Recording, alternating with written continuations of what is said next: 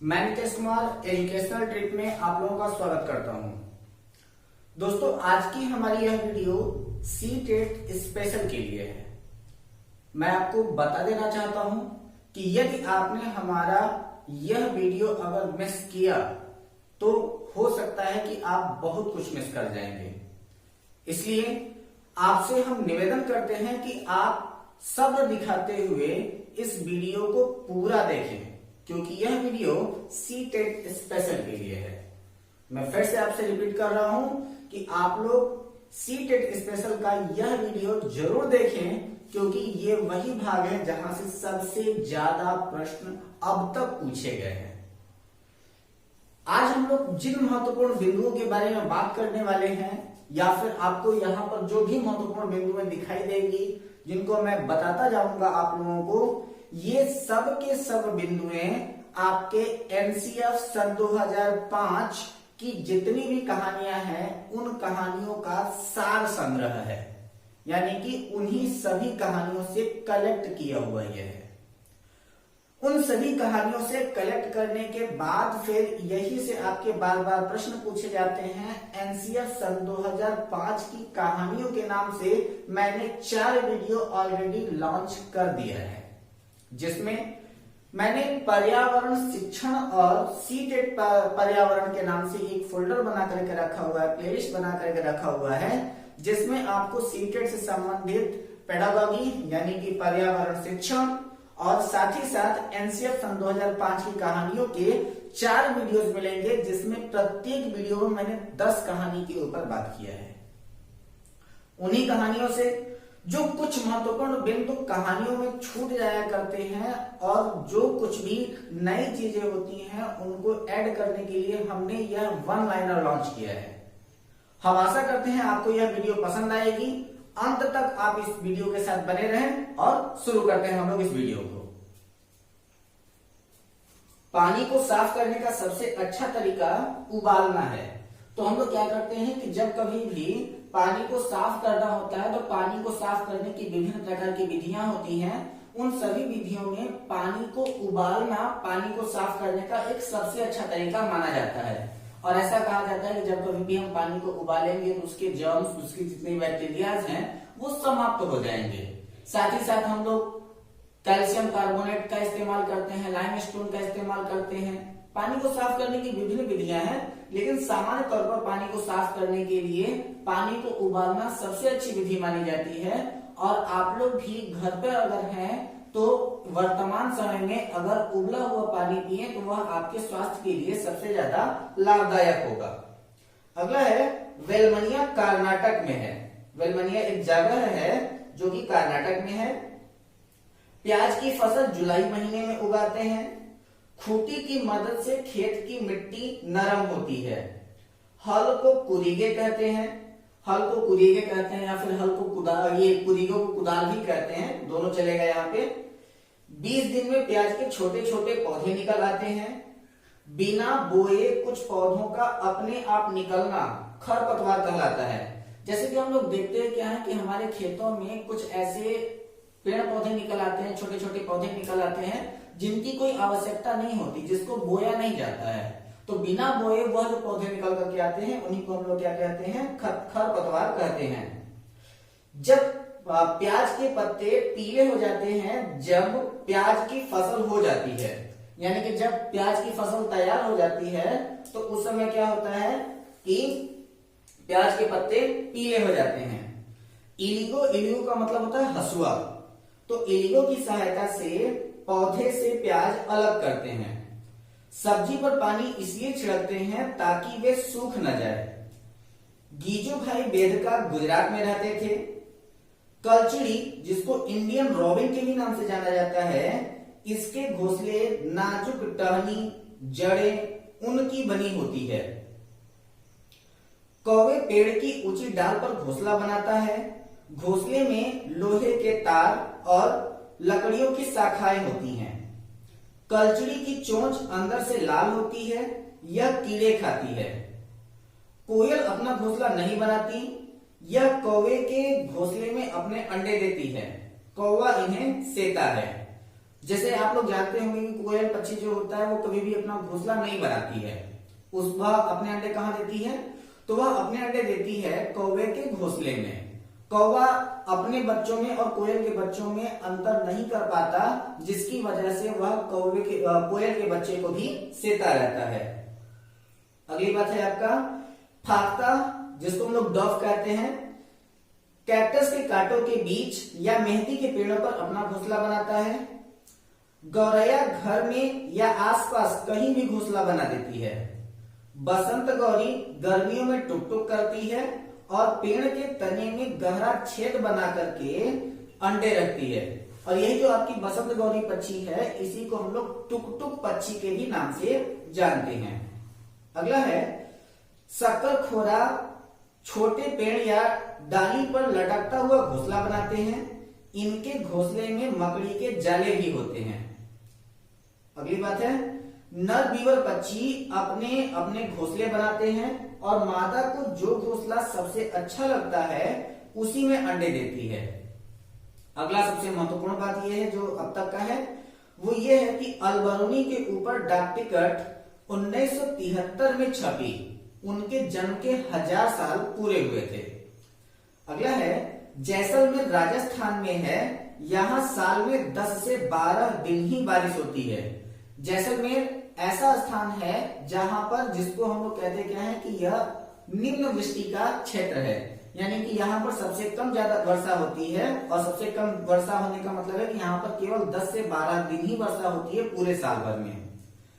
अगला है जमीन के नीचे तक कई मंजिल तक सीढ़ियां लगा हुआ कुआं को सीढ़ीदार कुआं कहते हैं। बावरिया पानी पिलाने का काम करता है। उत्तराखंड में झरने या तालाब पर जाकर सिर झुकाने का रिवाज है। यहाँ पर क्या लिखा हुआ है तो ये आप लोग सुधार लेंगे यहाँ पर कि उत्तराखंड में झरने या तालाब पर जाकर सिर झुकाने का रिवाज है। यानी कि ये माना जाता है कि वहां पर हम लोग झरने या तालाब को ईश्वर का प्रतीक मानते हैं, जो कई सारे लोगों की प्यास बुझाने का काम करता है। और उनके सम्मान में लोग करते क्या है कि जब झरने या तालाब पर जाते हैं तो सबसे पहले वहां पर झरने या तालाब को सिर झुकाते हैं, प्रणाम करते हैं। 1986 में जोधपुर में सूखा पड़ा। लोगों ने बावड़ी में से 200 ट्रक से भी ज्यादा कूड़ा निकाला। बावड़ी में प्यासे शहर को पानी पिलाया। सन 1986 में जोधपुर में एक सूखा पड़ा हुआ था, जिसमें पूरे शहर में कई जगहों पर पानी की किल्लत हो गई, जगह जगह पर पानी नहीं रह गया था। तो एक बावड़ी वहां पर थी, उस बावड़ी में लोग कूड़े करकट डालना स्टार्ट कर दिए थे। तो जब पानी की समस्या बहुत ज्यादा बढ़ती चली गई तो लोगों ने उस बावड़ी को साफ करने का निर्णय लिया। और जब उन्होंने उस बावड़ी को साफ किया तो उसमें से 200 ट्रक से भी ज्यादा कूड़ा कचरा निकला। और जब पूरी तरीके से बावड़ी साफ हो गई, उस वहां का पानी जब साफ हो गया, तब जाकर के पूरे शहर का प्यास मिटा। वहीं पर आपका एक संस्था है जिसको हम लोग कहते हैं तरुण भारत संघ। सीटेट के एग्जाम में यह प्रश्न पूछा भी गया था तरुण भारत संघ के लिए। तो तरुण भारत संघ नाम की एक संस्था है जो कि दड़की माई की मदद किया था। दड़की माई एक बूढ़ी औरत वहां पर थी, क्योंकि वहां पर पानी की जब समस्या हुई तो तरुण भारत संघ ने दड़की माई की मदद की और दड़की माई ने तरुण भारत संघ के ही साथ मिलकर के एक तालाब का निर्माण भी किया था। दड़की माई राजस्थान के अलवर जिले में रहती थी। दड़की ने पहल की और संस्था के साथ मिलकर तालाब बना लिया। अब यहाँ पर पानी की समस्या को देखते हुए ये कहा जाता है कि जो पानी होता है उसमें कौन सी चीजें डूबेंगी, कौन सी चीजें नहीं डूबेगी, यह उनके घनत्व के ऊपर डिपेंड करता है। ठीक है, तो यहाँ पर बात ये कही जा रही है कि साबुनदानी पानी में तैरती है। तो अगर साबुनदानी पानी में तैरती है, क्योंकि वो प्लास्टिक की बनी होती है, तो अगर साबुनदानी पानी में तैर रही है तो साबुनदानी में साबुन भी तैरेगा। एक कविता है जिसको कहते हैं सुई नहीं तैरेगी। और सुई नहीं तैरेगी को जो कविता का शीर्षक है उसको लिखने वाले हैं शिशिर शोभन अंठाना। मृत सागर दुनिया की सबसे नमकीन सागर है। यहाँ पर 1 लीटर पानी में 300 ग्राम नमक होता है और इसका मतलब है कि यहाँ पर घनत्व अधिक हो जाता है। और जब घनत्व अधिक होता है तो इसमें अगर किसी भी आदमी को फ्लैट लिटा दिया जाए, फ्लैट सुला दिया जाए, तो वह आदमी उस पानी में नहीं डूबेगा। सन 1930 में दांडी यात्रा अहमदाबाद से दांडी के समुद्र तट तक एक यात्रा थी। यह यात्रा किसने किया था? तो महात्मा गांधी जी ने किया था, अहमदाबाद से लेकर दांडी तक। और उनका कहना था, यानी कि गांधी जी ने कहा कि जो चीजें हमें कुदरत ने दी उसे बनाने पर कैसी बंदिश। समुद्र के पानी को क्यारियों में, गड्ढों में भर दें। यहाँ पर तैयारियां लिखा हुआ है तो उसको क्यारियों कर देंगे आप लोग, ठीक है। तो क्यारियों में, गड्ढों में भर दें और तेज धूप में पानी सूख जाएगा और नमक का ढेर वही रह जाएगा। इसी प्रकार से नमक बनाया जाता है। बांस से बना हुआ पुल, जब बारिश में जगह जगह पानी का जमा हो जाता है असम में, तो बांस से बने हुए पुल का ही इस्तेमाल वहां पर लोग करते हैं। ट्राली से गहरी और खूब चौड़ी नदी को पार करने का काम किया जाता है लद्दाख में। लकड़ी से बनी नाव, बल्लम से बैठ करके नदी को पार करते हैं लोग। कहां पर? केरल में। तो लकड़ी से बनी नाव और बल्लम से लेकर के लोग जब केरल में नदी को पार करते हैं तो नाव के द्वारा वहां पर जो छोटी दूरी होती है उसी को हम लोग कहते हैं फेरी। यह इंपॉर्टेंट पॉइंट है, इसको नोट कर लीजिएगा एक्स्ट्रा में। रेगिस्तान में ऊंट का प्रयोग किया जाता है और रेगिस्तान का प्रदेश हमारे भारत में कहां है? तो राजस्थान में है। तो राजस्थान में क्या होता है कि रेगिस्तान में ऊंट गाड़ी का प्रयोग किया जाता है। मैदानी इलाकों में किसका प्रयोग होता है? तो मैदानी इलाकों में प्रयोग किया जाता है बैलगाड़ी का। बर्फ पर चलकर कहां चलते हैं? तो उत्तर की पहाड़ियां, यानी कि उत्तर दिशा में पूरा बर्फ ही बर्फ है। तो बर्फ पर चलकर के एक स्थान से दूसरे स्थान तक जाते हैं। कहां पर? उत्तर की पहाड़ियों में। उबड़ खाबड़ पथरीले रास्ते कहां पर हैं? तो आपके उत्तराखंड में उबड़ खाबड़ पथरीले रास्ते हैं। कौवा, बत्तख, चिड़िया और जितने भी पक्षी हैं उनके कान दिखाई नहीं देते परंतु होते हैं। इनके सिर पर छोटे छोटे 2 छेद होते हैं, इन्हीं छेदों से पक्षी सुनते हैं। अच्छी बात है। हाथी की खाल पर भी बाल होते हैं। जिन जानवरों के कान बाहर दिखाई देते हैं उनके शरीर पर बाल होते हैं और वह बच्चे देते हैं। यह सीटेट की दृष्टि से अति महत्वपूर्ण बात है। जिन जानवरों के कान बाहर दिखाई नहीं देते इनके शरीर पर बाल नहीं होते। जिन जानवरों के कान बाहर दिखाई नहीं देते इनके शरीर पर बाल नहीं होते, वह अंडे देते हैं। इसका मतलब है कि जिन किसी भी जानवरों के कान बाहर दिखाई देंगे उनके शरीर पर बाल होंगे और वो बच्चे देंगे, और जिन जानवरों के कान बाहर नहीं दिखाई देते हैं वह क्या होता है कि उनके शरीर पर बाल नहीं होंगे और वो क्या करेंगे? वो अंडे देंगे। चलिए, बहुत अच्छी बात है, ये तो जान करके अच्छा लगा। भारत का राष्ट्रीय पशु कौन सा है? तो भारत का राष्ट्रीय पशु है आपका बाघ। हाथी के पैरों का रंग स्लेटी भूरा होता है। एक बड़ा हाथी एक दिन में 100 किलोग्राम से ज्यादा पत्ते और झाड़ियां खाता है। हाथी एक दिन में 2 से 4 घंटे ही सोता है। हाथी को पानी और कीचड़ में खेलना बहुत पसंद है। हाथी कान को हिलाकर पंखे की तरह हवा करता है। 3 महीने के हाथी का वजन 200 किलोग्राम होता है। एक झुंड में 10 से 12 हथनी और बच्चे होते हैं। हाथी 14 से 15 साल तक ही झुंड में रहते हैं। खेजड़ी गांव जोधपुर राजस्थान में है। तो जोधपुर राजस्थान में एक गांव है जिसको कहा जाता है खेजड़ी, और वह ऐसा स्थान है जहां पर खेजड़ी के वृक्ष सबसे अधिक पाए जाते हैं, जिसके कारण उस गांव का नाम खेजड़ी पड़ा है। ठीक है। 300 साल बाद यहाँ के लोग बिश्नोई कहलाते हैं, पेड़ों और जानवरों की रक्षा करते हैं।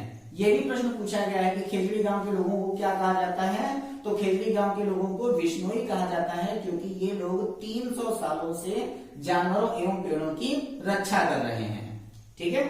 अच्छा, खेजड़ी पेड़ राजस्थान में पाया जाता है। इसकी छाल दवा के काम आती है और इसकी लकड़ी को कीड़ा भी नहीं लगता। इस पेड़ की फली से सब्जियां भी बनाई जाती हैं। बचोहा गांव मुजफ्फरपुर बिहार में है। लीची के पेड़ मधुमक्खी को लुभाते हैं। ये पूछा भी गया है कि मधुमक्खियों को पालने के लिए सबसे उचित वृक्ष कौन सा है? तो लीची के बागान जो होते हैं मधुमक्खी पालन के लिए सबसे अच्छी जगह मानी जाती है। ठीक है। अगला है कि मधुमक्खियों के अंडा देने का समय अक्टूबर से दिसंबर होता है। लीची के फूल फरवरी महीने में खिलते हैं। हर छत्ते में एक रानी मधुमक्खी होती है जो अंडे देती है। छत्ते में कुछ नर मक्खियां भी होती हैं। गांधीधाम कच्छ में है, यहाँ गर्म हवा होती है। गांधीधाम, अहमदाबाद, वलसाड़, ये तीनों कहाँ हैं? गुजरात में है। ये पूछा गया भी प्रश्न है। गुजरात में ढोकला चटनी, नींबू वाले चावल प्रसिद्ध हैं। कोंचीकोड केरल में है। ये भी पूछा गया प्रश्न है। कोंचीकोड कहां पर है? तो कोंचीकोड केरल में है। मडगांव गोवा में है, यहाँ ठंडी हवा होती है। गोवा से केरल तक रेल के रास्ते में 92 सुरंग और 2000 पुलिया है। मस्ट इंपॉर्टेंट क्वेश्चन है ये, और ये पूछा भी गया क्वेश्चन है कि जब हम गोवा से केरल की ओर यात्रा करते हैं रेल के द्वारा तो वहां पर कितनी सुरंग और कितनी पुलिया पड़ती है? तो उसमें 92 सुरंग और 2000 पुलिया है। उड़ीसा में चावल की खेती होती है। यहाँ लोग सफेद या क्रीम रंग की धोती और साड़ियां पहनते हैं। मलयालम में बलियम्मा को माँ की बड़ी बहन और अमुम्मा को माँ की माँ कहते हैं। केरल में पानी वाली नाव को फेरी कहते हैं। अड्डे या ठिकाने को टापू कहते हैं। रंगारेड्डी जिले की सुशीला 18 साल की आयु से पहले ही शादी कर दी गई। शादी की आयु लड़की की जो होती है वो 18 वर्ष और लड़के की शादी की आयु जो होती है वो 21 वर्ष होती है। कबड्डी के खेल में 7 खिलाड़ी होते हैं एक तरफ। कर्णम मल्लेश्वरी वेटलिफ्टर है, आंध्र प्रदेश की रहने वाली है। पापा पुलिस में हवलदार हैं। 12 साल की उम्र से ही वजन उठाने का प्रयास करती है, अभ्यास करती है। एक बार में 130 किलोग्राम वजन उठा लेती है। माउंट एवरेस्ट को सागर माथा भी कहते हैं। यह माउंट एवरेस्ट को सागर माथा कहां कहा जाता है? तो माउंट एवरेस्ट को सागर माथा कहा जाता है नेपाल में। ठीक है। बछेंद्री पाल 43 मिनट तक एवरेस्ट पर रुकी।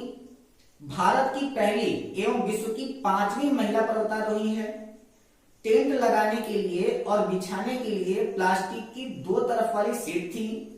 सोने के लिए स्लीपिंग बैग में घुस जाते थे। कैंप फायर आग जलाने का काम करता है। संगीता को बेस्ट परफॉर्मेंस का अवार्ड दिया गया। 12 साल की उम्र में 4000 मीटर की ऊंचाई पर पहाड़ पर चढ़ गई थी। कौन? बछेंद्री पाल। नागौरी गांव की रहने वाली बछेंद्री पाल थी और इसने पहाड़ पर चढ़ने की जो ट्रेनिंग थी वह मेजर ज्ञान सिंह से ली थी। 1984 में माउंट एवरेस्ट पर चढ़ने के लिए चुना गया और 18 लोगों में 7 महिलाएं थी। जब ये लोग 7300 मीटर की ऊंचाई पर थे तब एक धमाका हुआ, परंतु बछेंद्री पाल 23 मई 1984 को दिन में 1:07 पर 8900 मीटर ऊंचाई पर माउंट एवरेस्ट, जिसको नेपाल में सागर माथा के नाम से जाना जाता है, वहां पर पहुंच गई। महत्वपूर्ण इंपॉर्टेंट फैक्ट है ये। भारत की पहली एवं विश्व की 5वीं महिला पर्वतारोही बनी बछेंद्री पाल। गोलकुंडा के किले की दीवारों में 87 बुर्ज या फिर उसी को खिड़कियां भी कहते हैं। तो गोलकुंडा के किले की दीवारों में 87 बुर्ज या खिड़कियां हैं। 1518 से लेकर के 1687 तक कुतुबशाही सुल्तानों ने राज किया था। ये सीटेट में पूछा गया प्रश्न है। यह किला 1200 में मिट्टी का बना हुआ था और जिस समय में यह किला 1200 में मिट्टी का बना हुआ था उस समय यहां पर शासन करने वाले थे काकतीय साम्राज्य के शासक। किले की दीवारों में मिट्टी के पाइप थे। हैदराबाद म्यूजियम में गोलकुंडा किले की चीजें रखी गई। मल्लापुरम केरल में है। तोप का इस्तेमाल औरंगजेब ने किया था और फौज 8 महीने बाहर बैठी थी हमले के लिए। तोप कांसे की बनी होती है। गोलकुंडा के सुल्तान अबुल हसन को गाना बजाना और कुचिपुड़ी नृत्य पसंद था। ये भी इंपॉर्टेंट पॉइंट है सीटेट की एग्जाम की दृष्टि से। अगली बात है, फतेह महल के दरवाजे पर खड़े होकर कुछ बोलो तो पूरे महल में सुनाई देता है। बोरा असम में खाए जाने वाले चावल की एक किस्म है। असम में पाट और मूंगा की मेखला चादर पहनते हैं। भात सुट्टो यानी कि चावल और रसे वाली सब्जी खाते हैं। बच्चों का हक जिसे मिड डे मील के भी नाम से जाना जाता है। गुरुद्वारे में एक साथ मिलकर खाना पकाने और खाने को लंगर करते हैं। नुक्कड़ पर सभी दोस्त खेलते हैं और जो सलाहकार होता है उसको हम लोग काउंसलर कहते हैं। मुक्तापुर पोचमपल्ली कस्बे आंध्र प्रदेश, यहां ज्यादातर बुनकर बुनाई का काम करते हैं। बुनाई को पोचमपल्ली के नाम से जाना जाता है और इन्हीं के नाम से वहां का जो क्षेत्र है उसको पोचमपल्ली भी कहा जाता है। करघे पर कपड़े बुने जाते हैं। कुल्लू की साल, मधुबनी की पेंटिंग, असम की सिल्क, कश्मीरी कढ़ाई ये ज्यादा प्रसिद्ध है। सपेरे की जाति को कालबेलिया कहते हैं। बीन पार्टी के बाजे जिसको बीन, थुम्बा, खंजरी कहते हैं, ये तीन के तीनों किससे बने होते हैं? लौकी के बने होते हैं। 4 तरह के सांप भारत में जहरीले होते हैं। कौन कौन? नाग, करैट, दुबैया और अफाई। जहर सांप के खोखले दांत से फैलता है। जहर के असर को खत्म करने के लिए दवाई जिसे सीरम कहते हैं दी जाती है।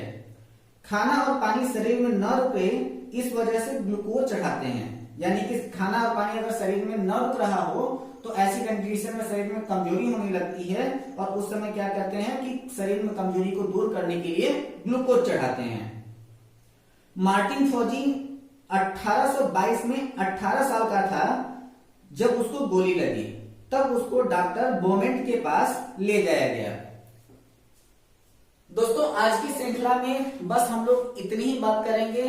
कल भी इसी तरीके की वन लाइनर श्रृंखला आपके सामने रखी जाएगी जिसमें हम लोग कुछ और विभिन्न प्रकार की सीटेट से संबंधित वन लाइनर के बारे में बात करेंगे और साथ ही साथ मैं आज की वीडियो में आपके एनसीएफ सन 2005 की उन कहानियों का लिंक दे रहा हूं जिनमें मैंने प्रत्येक कहानी में मैंने 10-10 कहानियों के बारे में मैंने एक्सप्लेन किया था।